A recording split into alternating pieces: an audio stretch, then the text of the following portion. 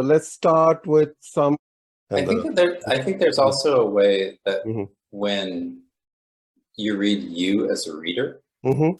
and I guess this is to a certain degree true of I as well, but it feels like you're being implicated a bit by the writer, or you're kind of being brought into the conceit a bit more.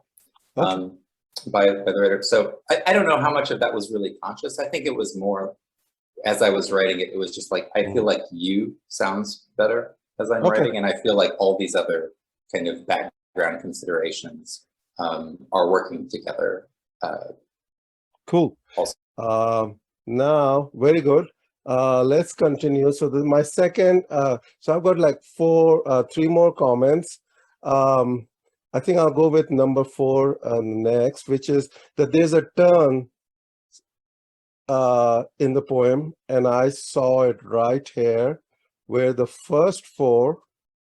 So let me highlight that.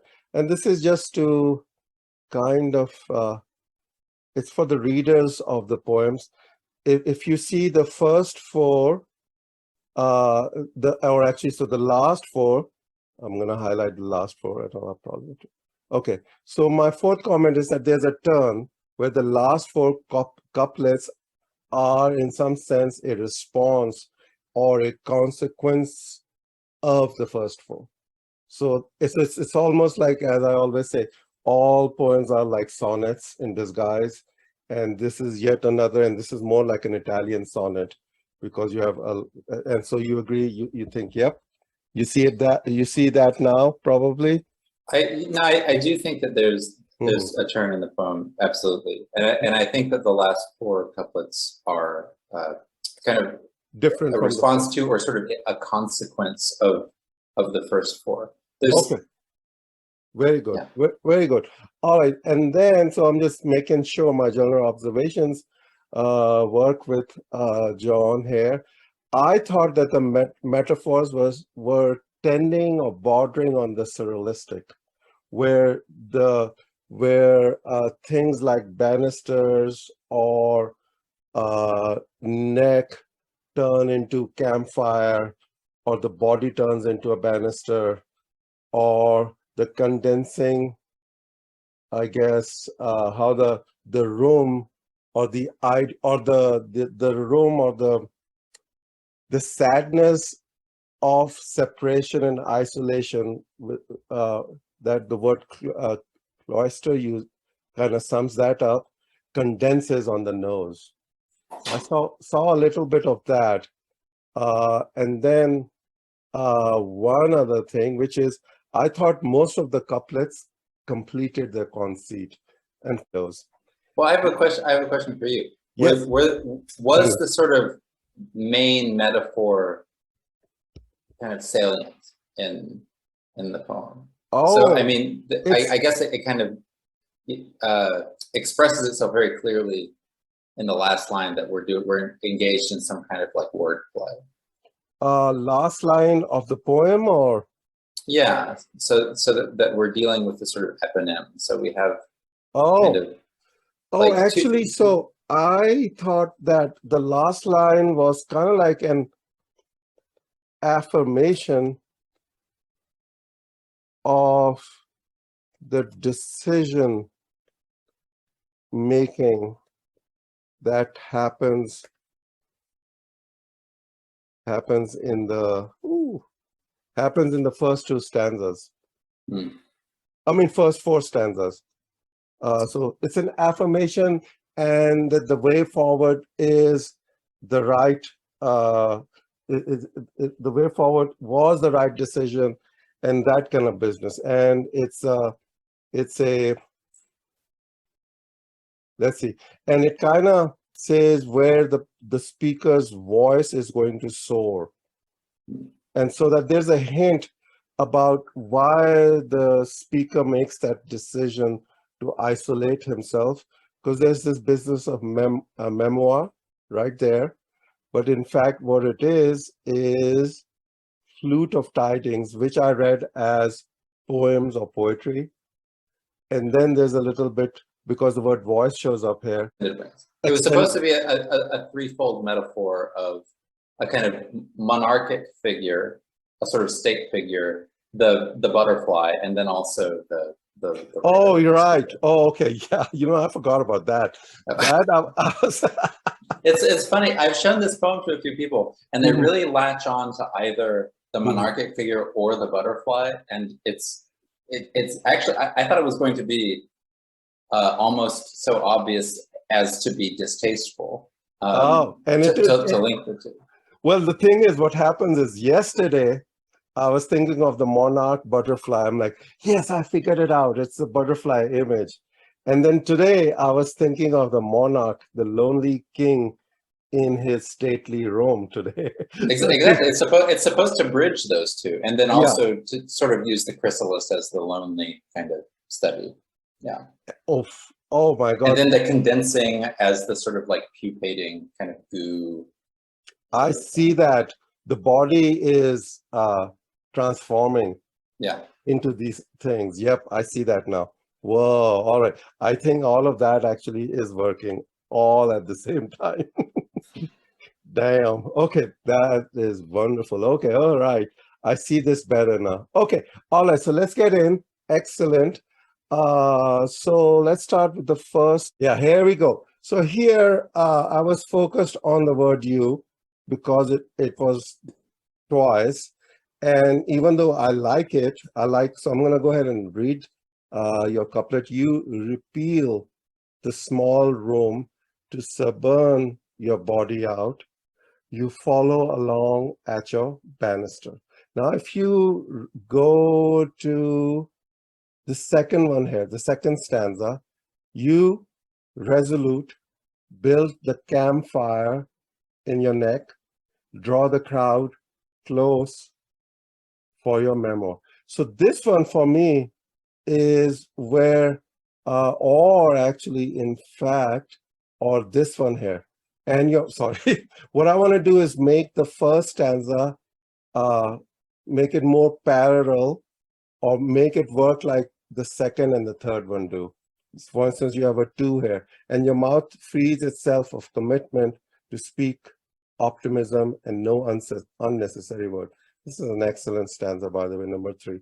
So here, what I wanted to do was, I wanted to drop one of the U's, even though it will change because you have this emphasis at the beginning, you, and by taking the you out, we lose that emphasis. So there's a price that you have to pay, which I call the price of, let's see, there's the strategy of transformation and the cost of transformation, which is usually very high. So, and it hurts the poets usually. All right, so I'm going to take this you out. So now what we have is you repeal the small room to suburn your body. And I'm going to take out as well to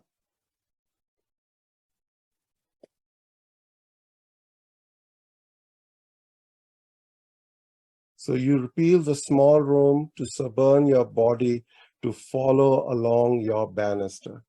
So what this does now is similar to how the campfire is built in the neck. The body extends or goes in a direction. It's almost like as if the banister is jutting out of the body. Yeah, so this is I feel like this is a very good example of a transformation that has cost and benefits.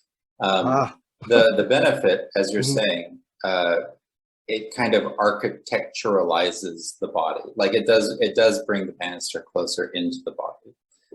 What it loses then is a direction of movement. Because when you have suborn your body out, right, you're getting a kind of, because you have that sort of prepositional direction.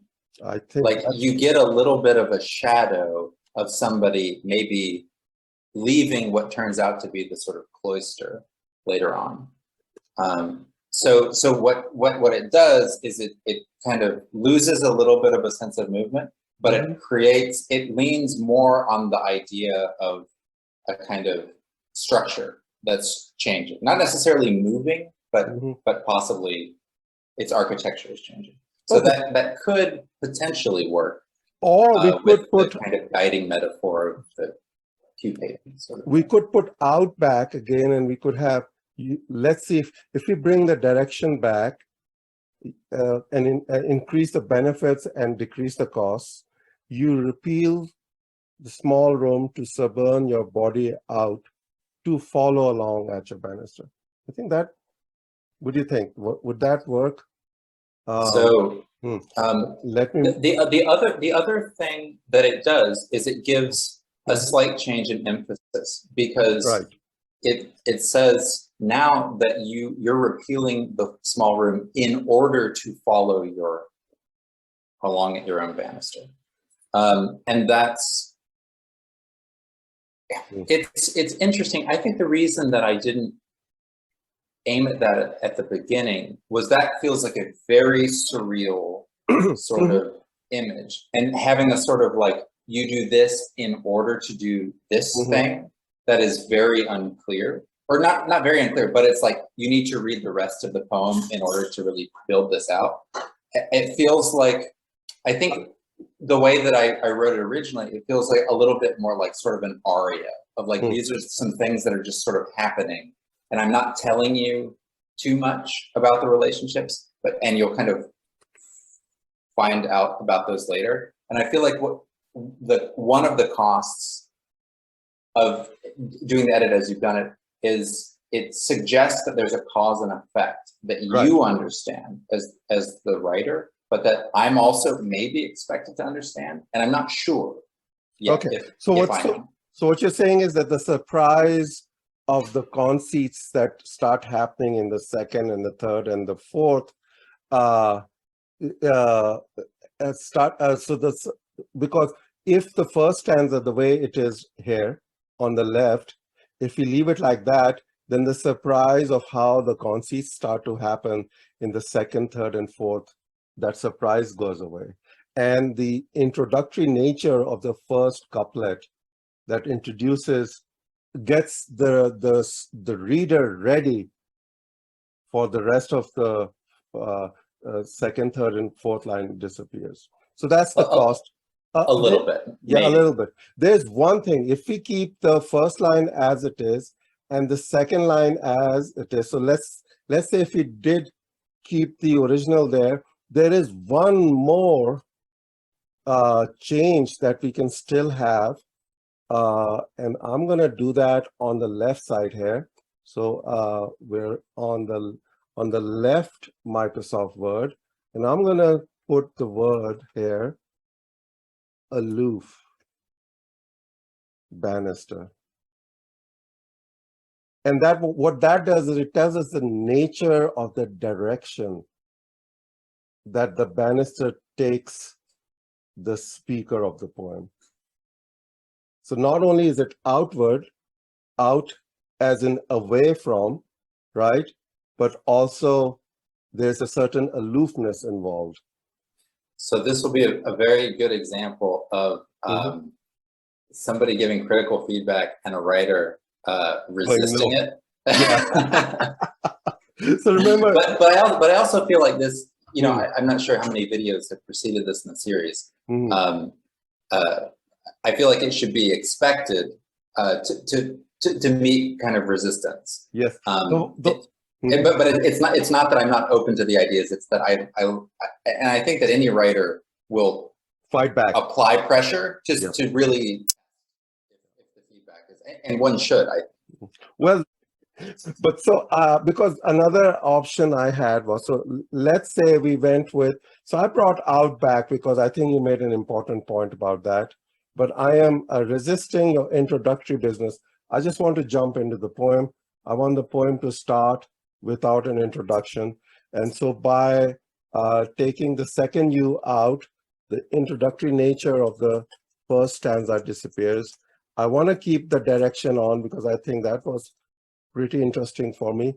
Another idea was your new banister, which is a more neutral, but it's I think it's saying or explaining too much.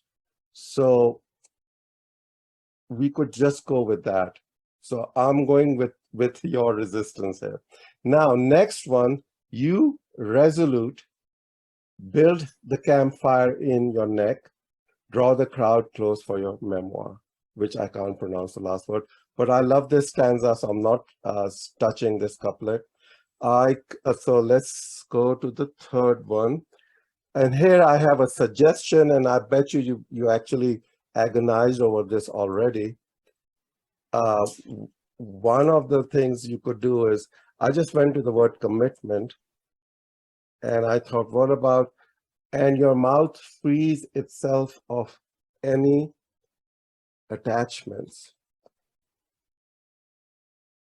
But that mouth and an attachment, I start thinking of a cigarette hanging on the mouth. You might have a metal ring on the mouth. So any metal attachments we could have. And it also sounds slightly kind of Eastern. Yes. Like ridding oneself of attachments. Yep. And if I put in the metal attachments, then this line, or at least this part, so I'm going to highlight the original poem here. This part that's highlighted on the left on the original poem becomes more concrete on this side with the word metal attachments. It still has an abstract tone to it with the word attachment, because attachment is an abstract noun, but when you put metal in, now we're thinking of nose rings, lip rings, things like that. So how do you see that working with the as an enjambed line? And your mouth frees itself of, I still want to use the word any, but it just adds too many syllables. And your mouth frees itself of metal attachments to speak of optimism. I like, yeah, you're right. Oh, let me read the original. And your mouth frees itself of commitment to speak optimism and no unnecessary word. Your mouth frees itself of metal. I know the problem, metal attachment to speak optimism and no unnecessary word. We are going to go with this. Sorry, man. Let's keep going. I love this. This is it. Well, there is a way that this still works as an idea. What the change has made it a bit more abstract, but while concretizing it. Yeah. But I think if one reads it now, they'll read metal attachment and they might think metal as in like one's mental metal. Yes. And actually, and then this metal, the word metal, as you just pointed out, then goes back to the word resolute. So these guys are like resonating each other then. So the purpose of your time in the cloister, and this is very nice because it takes us back to the opening of the poem. And in fact, it's in some sense the ending of the first section right here. So therefore, the closing, quote unquote, couplet of the first part of the poem, or before the turn, we go back to the opening with the word cloister. So I like that. Cloister, of course, also connotations, monkish, all of that business. So the purpose of your time in the cloister, let's see if I have anything here. Nope. I thought this was excellent. Let me just give that to you in uppercase. There we go. So I thought it was excellent. And also, again, I thought, yeah. So the first three couplets end up condensing on the speaker's nose. I like the slopes of the nose as well. I thought that was cool. All right, let's move on. We are now going to go look at this one. This one was the one that troubled me a lot. We are on stanza. So let me read this. How your and then the change is because the lover comes in here, and here one of the reasons why we see the turn is that here we have the speaker only talking about his resolutions. I'm using the word resolute, and then here those resolutions and decisions are about this word here. Okay, so this lover mopped it all, wrung it into the flutes of tiding. And the first thing I did is I went up on the internet looking for an image. So I found the bucket and the mop and the wringer. And actually, I wanted to bring in the image of the floor is wet with a triangle with a person fallen down on the ground. Whoa, whoa, whoa! Hold on. But Let me. so I know, okay. I didn't do any of that. I did not do any of that. Well, I just wanted to say that a flute is also a wine glass. Flute is also a wine glass. A wine. It's a glass that champagne comes in. Ah, okay. Oh, so you can wrung it into and then the mopped is actually from the business of mopping. Or kind of like mopping off someone's brow. Right. And then, yeah. I went to the bucket, man. You went to the bucket. I did go to the bucket. So I got desperate, right? I'm like, I need the bucket for the conceit to complete here. And actually, you are completing the conceit, so we don't have to change anything. But I went with the word sloshing, and I stuck it in there somewhere. Flames draw around. I like that because flames take us back to the campfire business. So it's unexpected, but also expected. So it's a surprise because we go from wrung it into the flutes of tiding into the flames draw around. So that's fine. And also flutes of tidings, I thought meant kind of hints at the idea of poetry, as in the flute as well. Okay, now they do. I went back and forth, and in the end, I'm like, I like this. So we're keeping that. And then we have in your light and double what you have intended. And here, I just wanted to kind of spruce this up by making barely any changes. So I'm going to do this. I'm going to go kind of, again, make this similar to this one, for instance. You resolute, build a campfire in your neck, draw the crowd. And by doing that, in some sense, the parallelisms of each of the couplets by making the couplets more parallel to each other, you integrate each of the couplets with each other, and you make the reader's job easier to read as well. Okay. So what was the particular change that you were thinking? Yeah, and they're very simple. First, I get rid of and so you get flames draw around. They do in your right, in your light, doubling. Ooh, doubling what you intended. And so we lose half and so which always, when you lose syllables and you lose the auxiliary verbs and conjunctions like and, you strengthen the line. So now it reads, the flames draw around, they do in your light, doubling what you intended or what you intend. So this kind of takes it into the present. Perhaps this is the present of the poem right here. So it's a weird change. So you can think about it. So it's brings the present of the poem. It's interesting. I can see why this is a sort of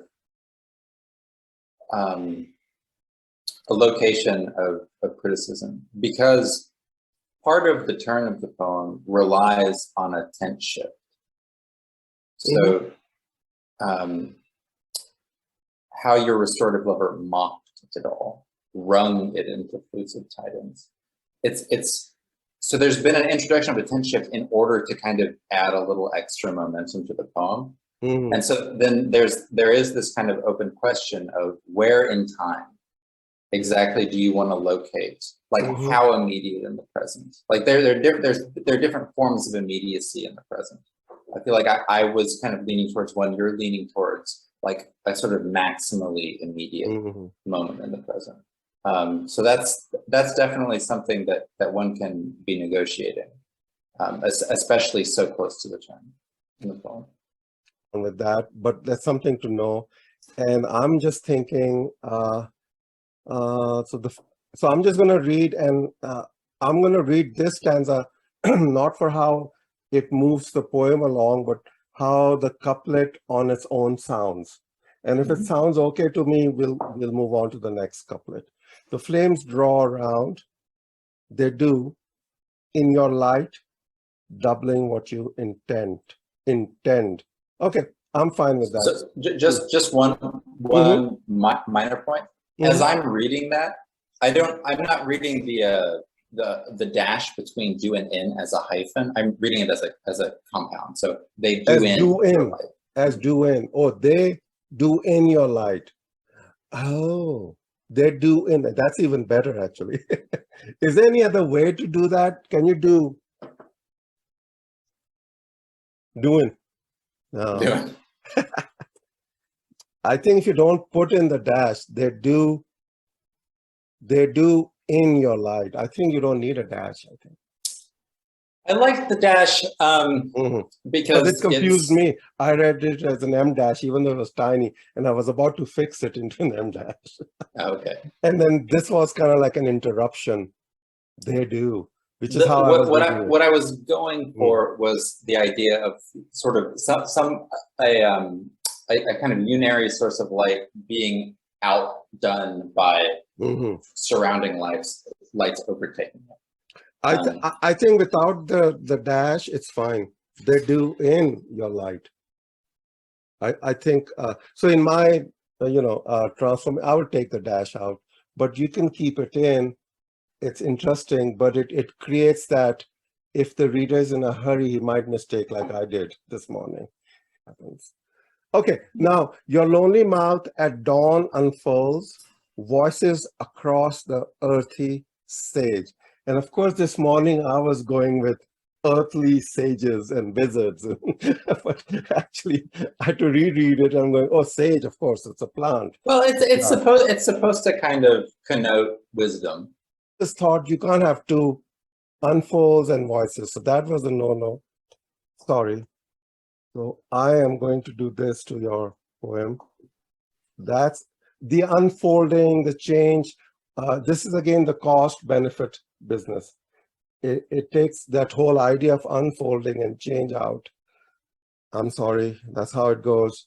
But So the reason I just to say the reason that I put it there because I voicing and maybe unfolding does sound like a little bit of a doubling. I think the reason that I had unfolds was because it's a gesture towards maybe somebody being burned, Oh, but also the kind of pupating thing, so that an actual kind of unfolding into an actual mouth. yeah. In other words, the indecision is still there when you have the unfolding because it hasn't completely unfolding. It's an ing.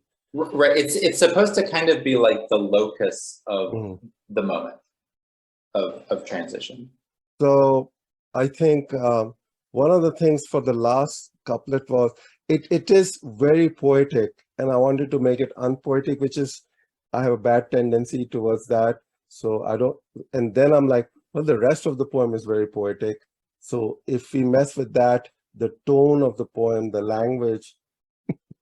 I feel like these changes are the kind of changes that are really nice to make and then Think about it. sit with a couple of days, don't look at them, and then come to the poem fresh to see if they kind of work out metrically, if you feel like you're still located in the poem, and just to have different versions on hand. Yep.